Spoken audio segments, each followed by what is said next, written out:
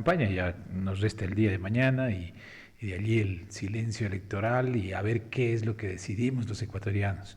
Y como usted dice, a lo largo de la historia hemos sido testigos de este tipo de decisiones, incluso, y desde mi punto de vista, lamentablemente de polarizaciones parecidas, que afortunadamente, diría yo, tienen mayor intensidad solo el momento de las elecciones, porque luego incluso ya con los resultados, y espero que así sea esta vez, lo digo como demócrata y de corazón, se bajen los ánimos, porque están bastante caldeados. Si uno analiza Sí, de sí. manera objetiva, esta polarización no es sana para el convivir en sociedad. Y entonces, eh, ojalá que el proceso decante de una manera tan clara, por lo menos, para que cualquiera sea el ganador y cualquiera sea el perdedor sobre todo, eh, los ánimos se bajen, la gente acepte los resultados, producto de un proceso que esperamos sea lo más limpio, y que eso nos entregue al nuevo presidente y unas nuevas condiciones seguramente, pero con la paz que todos queremos. Ya. Me decía economista que, bueno, sí puede ser una cosa como anecdótica, o quizás se ha repetido siempre. Y vamos a analizar de lado y lado, ¿de acuerdo? Entonces, para entender la cosa, vamos a decir, ¿qué es lo que ofrece en esta campaña el presidente Noboa, por ejemplo, no hay cómo decir reelección porque legalmente dice No que lo no, es. no lo es? Entonces, ¿qué ofrece en esta campaña? El presidente no, porque si lo es presidente. Y Claro que sí. porque le podemos decir candidato. Candidato no va. ¿Qué es lo que, qué es lo que presenta en esta, que haya visto usted, que haya oído y que haya trascendido? Porque si una persona, verá, aquí viene el condominio, es hiper que interesante. Si el presidente, si un candidato oferta alguna cosa, qué buenazo que se dice, viene por todo lado su oferta, ¿verdad? Y ya verá por qué le digo eso. ¿Qué cree que ha ofrecido el candidato Nova? Bueno, yo en todo este contexto de la campaña debo decir que han habido muy poca calidad de las propuestas, eso sí hay que decirlo. Y como usted decía, de lado y lado. Yo veo muy poca profundidad en el análisis y en la proposición. Eh, digamos que el presidente lo que ofrece, por ejemplo, es ese tema de vivir en paz en un país seguro. Hay señales en ese sentido. Y claro, ahí refleja un poco la preocupación o una de las preocupaciones principales, aunque está bajando, pero una de las preocupaciones principales que es el tema de la inseguridad. Yo creo que por ahí ha enfocado mucho de sus propuestas de campaña el presidente y me parece que se ataca esa aspiración de los ciudadanos. Ya, entonces aquí viene lo anecdótico. Si el candidato Novoa ofrece luchar contra la inseguridad y valerse de todos los recursos a su alcance, y quiere que todo el mundo hable, que sus dirigentes políticos en las provincias, en el país, hablen de eso, que todo el mundo diga eso, que es lo correcto. Del otro lado, hacen una oferta de campaña y después, si usted lo dice, se convierte en un ataque. Por ejemplo, lo de las últimas horas. Ofrecen 20.000 gestores de paz, que como usted sabe, no son más que eh, los comités de la Revolución Ciudadana, que así nacieron y así han proliferado por la América Latina en las dictaduras. Ahora, si usted lo dice eso, ¿que por qué lo dice? Pero pues, si lo están ofreciendo, lo están ofertando, ¿por qué puede ser malo?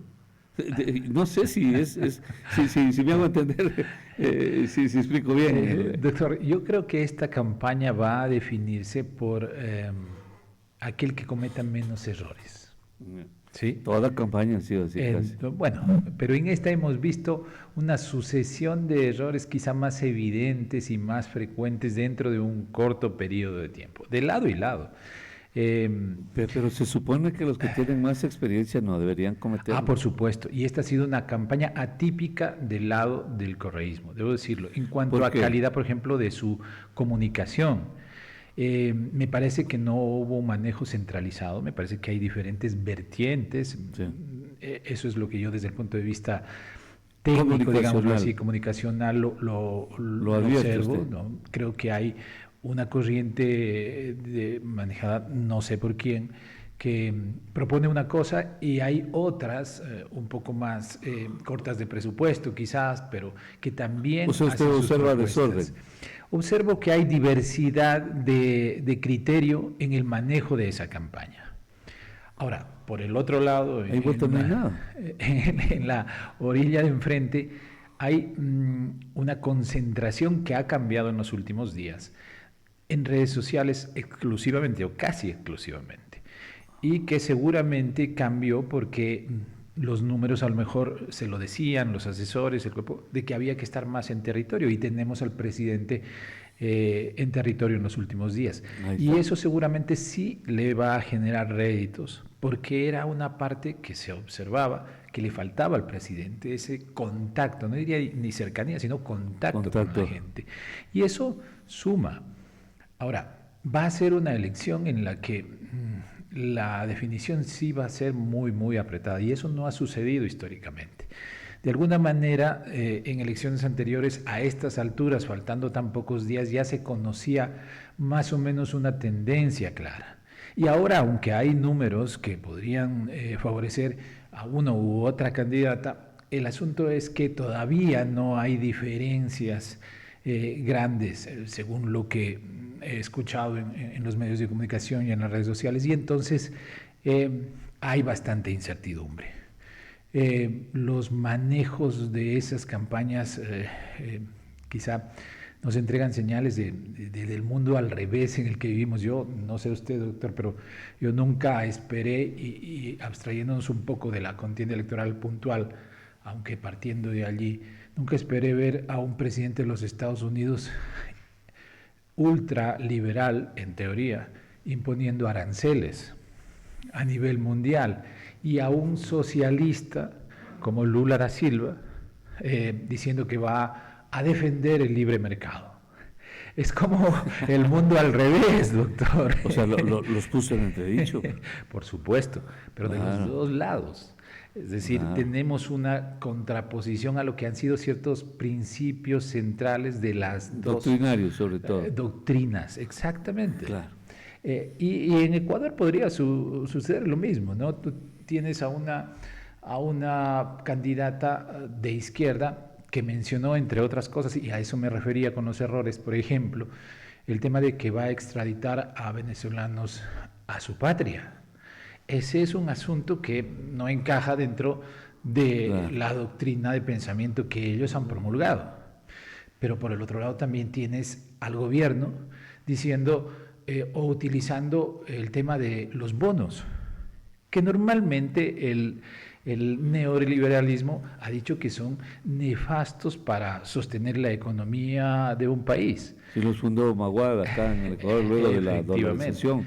Entonces, las dos cosas significan contradicciones, nos entregan ejemplos de contradicciones. El mundo al revés. ¿Qué es eso de desesperación?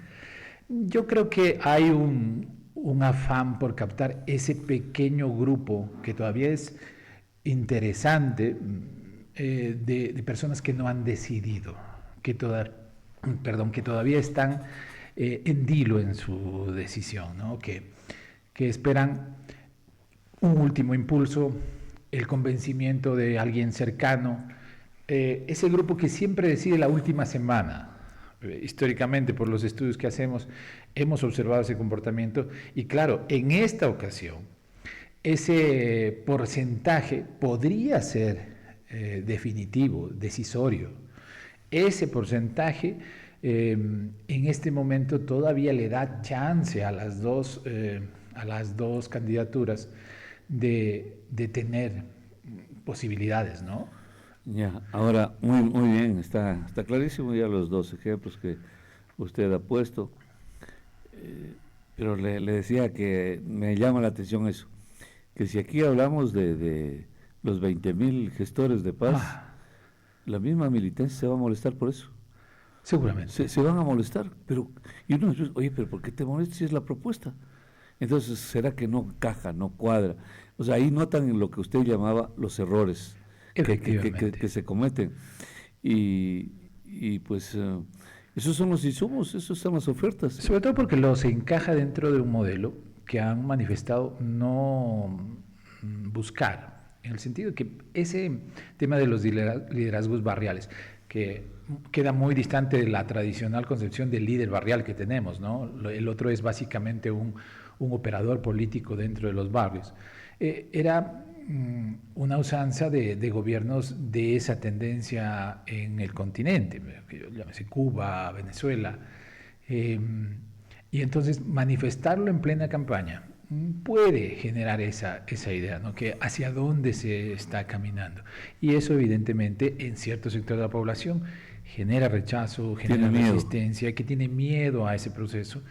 Y claro, le va a significar seguramente en ese grupo eh, menos votos. Eso es evidente. Del otro lado también hay cosas que podrían significar retroceso, restar, pero uno de los grandes miedos, al menos de lo que veíamos en los estudios cualitativos, es precisamente ese tema de hacia dónde está caminando cada uno, con quién vamos y hasta dónde vamos con cada una de las opciones. Y eso creo que va a ser uno de los movilizadores del voto al final de la contienda, ¿no? Que la gente diga, bueno, con quién voy a estar, si quiero una sucesión, si quiero una posibilidad de que el país logre cubrir esos temas más importantes. Voy a decir, no tanto, fíjese, y por lo menos yo lo veo así, no voy a decir a favor de alguien, voy a decidir, y esto es lamentable, en contra de la otra tendencia. Claro. ¿Sí? No es que tenga para un gran grupo de la población un candidato totalmente positivo, que coincide conmigo, que veo y que me genera esperanza, que me ha hecho propuestas concretas. No. Muchas personas están decidiendo por lo que no quieren, en contra de, algunos diría yo, hasta por odio, de cualquiera de los dos lados. Bueno, eso se evidencia en las seccionales, doctor, economista. Eso está en las seccionales. En las seccionales, vaya a ver usted, el candidato más odiado, todo el mundo se le va al menos odiado, aunque sea el peor, y ese gana a veces, y así ha sido, incluido Loja. ¿Sí? Pero fíjese que es interesante, usted ha dicho, el menos odiado. Es diferente a que en esta ocasión votar por odio, es totalmente diferente. Es decir, tomar una posición absolutamente en contra de, ¿sí? No a favor del menos malo en algunos casos, ¿no? Porque suele suceder en las seccionales sobre todo, no. Acá estamos a un nivel de polarización que, repito, desde mi punto de vista es muy peligroso, que vamos a decidir en contra, radicalmente en contra de algo. Claro, pero sí, doctor, a veces sí se hacen propuestas temerarias como la de los gestores de paz, que si la gente supiese qué es eso, incluso estaríamos en otras condiciones conversando en otras condiciones, pero no lo dice el enemigo, lo dicen ellos.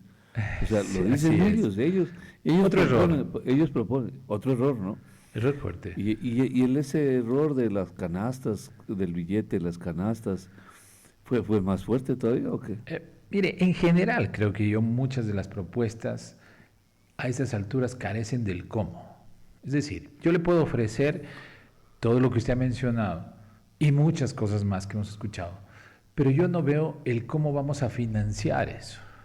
Nos preocupamos de esta coyuntura, de la anécdota, del error, y no hemos discutido problemas de fondo durante la campaña y no parece, lo más grave es que no parece preocuparnos incluso a los sectores no políticos. Es decir, que no elevamos el nivel de discusión. Es que en realidad no lo hay, sectores no políticos, pero Bueno, la gente insiste en que no le interesa y total es una afectación, es como lo que vivimos, la pandemia. Termina afectando a todo el mundo, por supuesto. a todo el mundo, pero ya es una suerte que alguien por ahí se quede, pero la afectación de la pandemia es universal. Bueno, una mala decisión o un resquebrajamiento de los procesos y del sistema democrático es un problema serio, de fondo. El hecho de que no discutamos temas trascendentales como por ejemplo el endeudamiento externo del país o dígase otros tan importantes como la seguridad social en Ecuador. Esos asuntos que son trascendentales no se han abordado en la campaña. El cómo vamos a cumplir con esas ofertas seguramente va a requerir de endeudamiento. Ajá. ¿Quién y cómo las van a cumplir?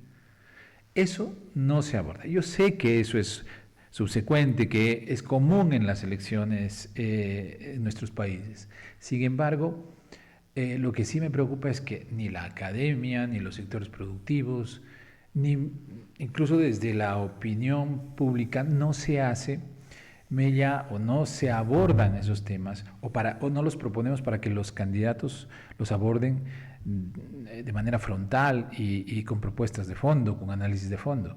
Nos quedamos y nos hemos quedado en esta campaña particularmente en la anécdota, en el error. En la denuncia, economista, le decía que se contrata gente.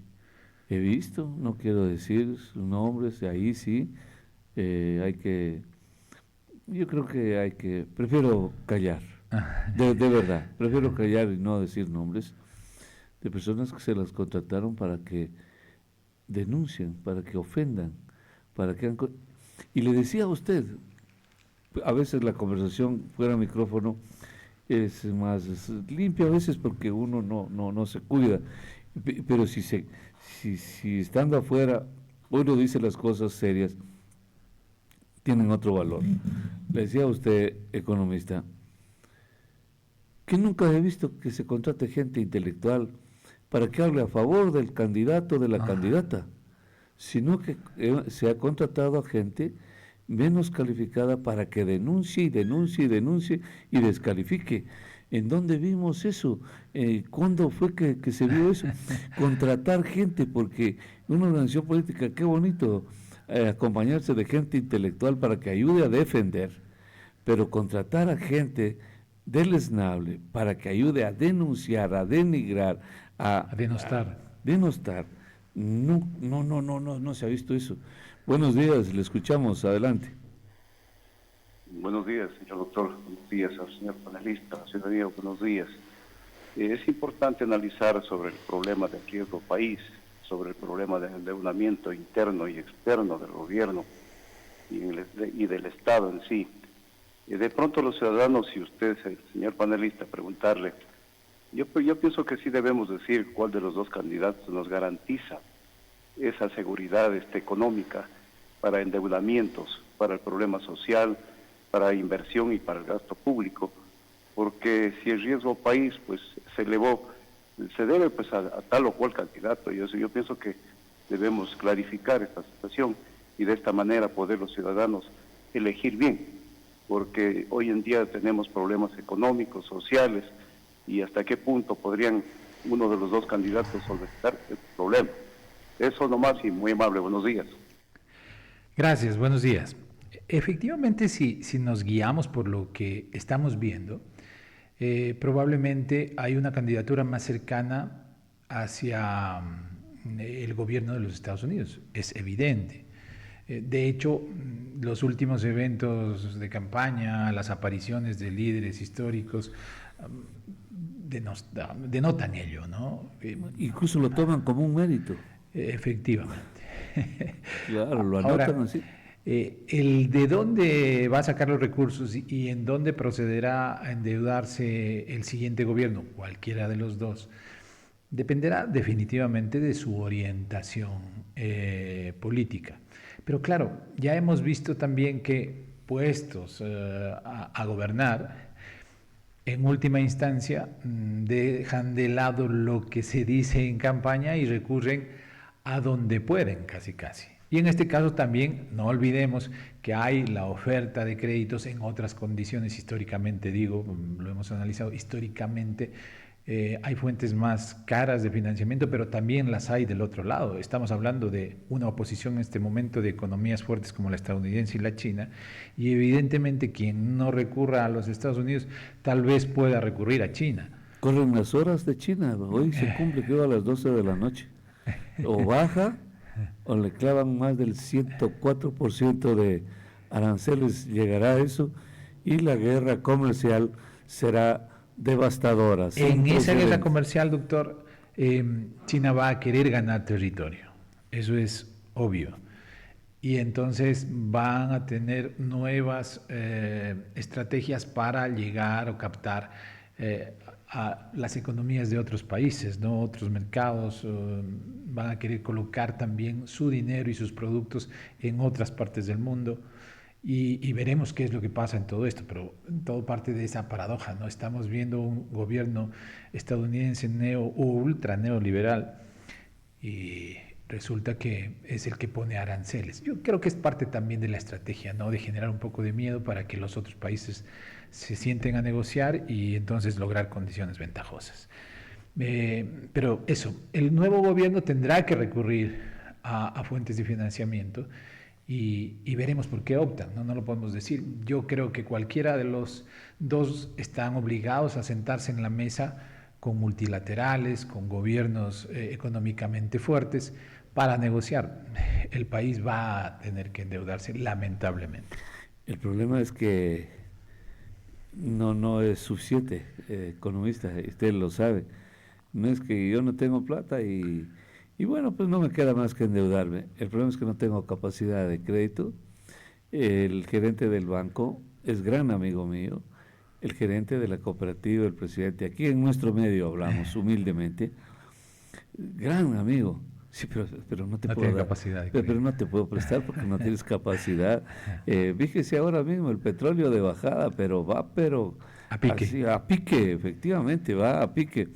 Entonces el Estado es como cualquier empresa, ¿no?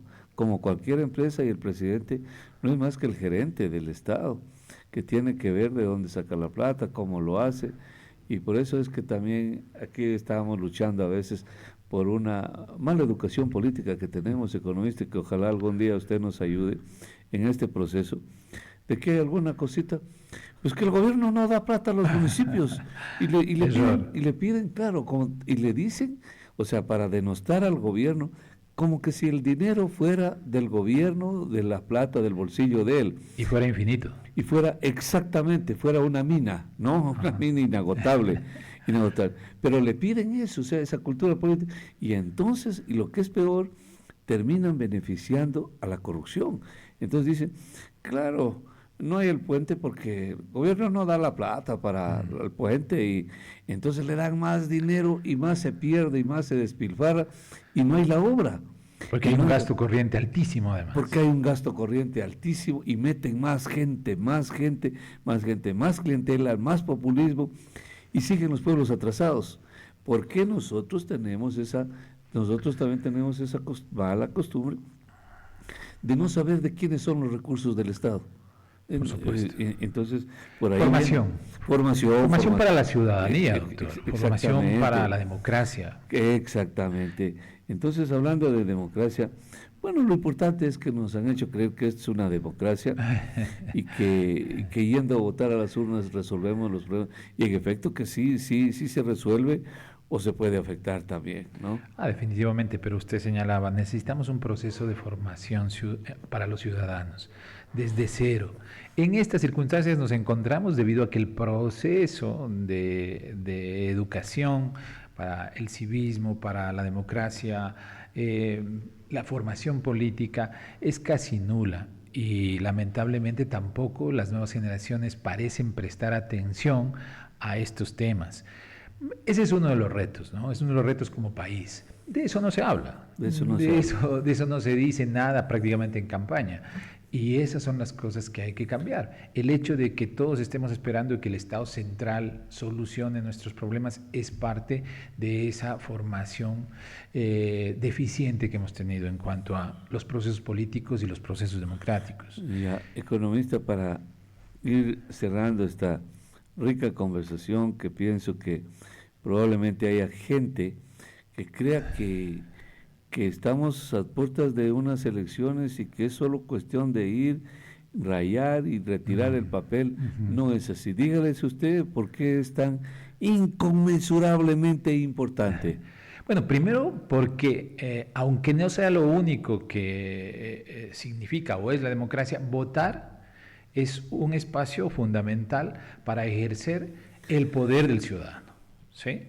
Este es uno de los pocos momentos en donde el ciudadano realmente hace sentir el peso de su decisión. Vamos a elegir a cualquiera, una lideresa o un líder, que debería encaminarnos, por lo menos iniciar el camino hacia solventar algunos de los problemas centrales de los que hablábamos. Y porque, claro, de esto también depende la salud política del país a futuro. Esta es una elección especialmente importante y creo yo y espero que sea una de las mayores en cuanto a participación.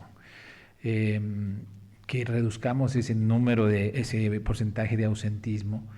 El voto nulo, desde mi punto de vista, es una opción. Los ciudadanos tienen derecho a no estar de acuerdo con alguna de las opciones, pero lo ideal sería tomar una decisión con convicción, con fundamentos, al menos unos cuantos principales, y elegir en función de lo que uno cree, de lo que uno ve como lo mejor para el país.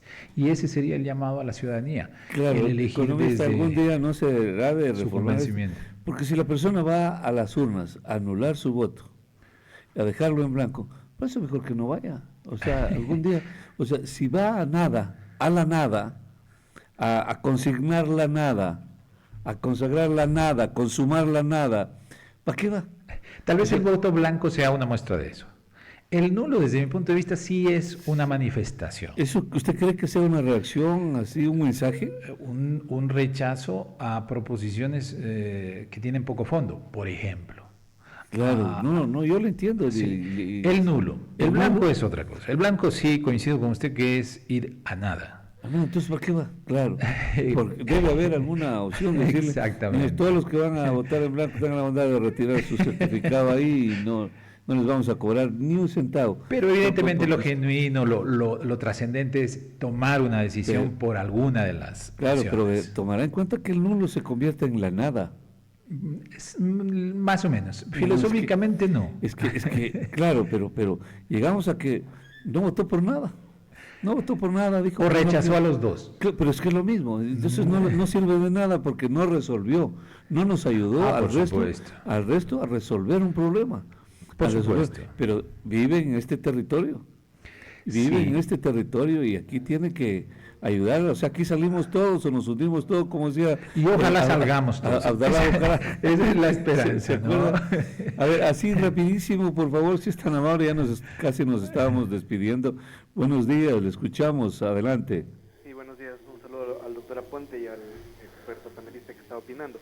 Yo quería decir, no sé realmente si estará bien mi opinión, pero si ustedes recuerdan, en la elección anterior, hace un año, nadie pensaba que el señor Noboa iba a ser presidente, porque en las encuestas estaba muy bajo y resultó ser presidente. Ahora miren, el voto fuerte del correísmo me parece que es alrededor del 30%, de Noboa que será un 30 o 35%.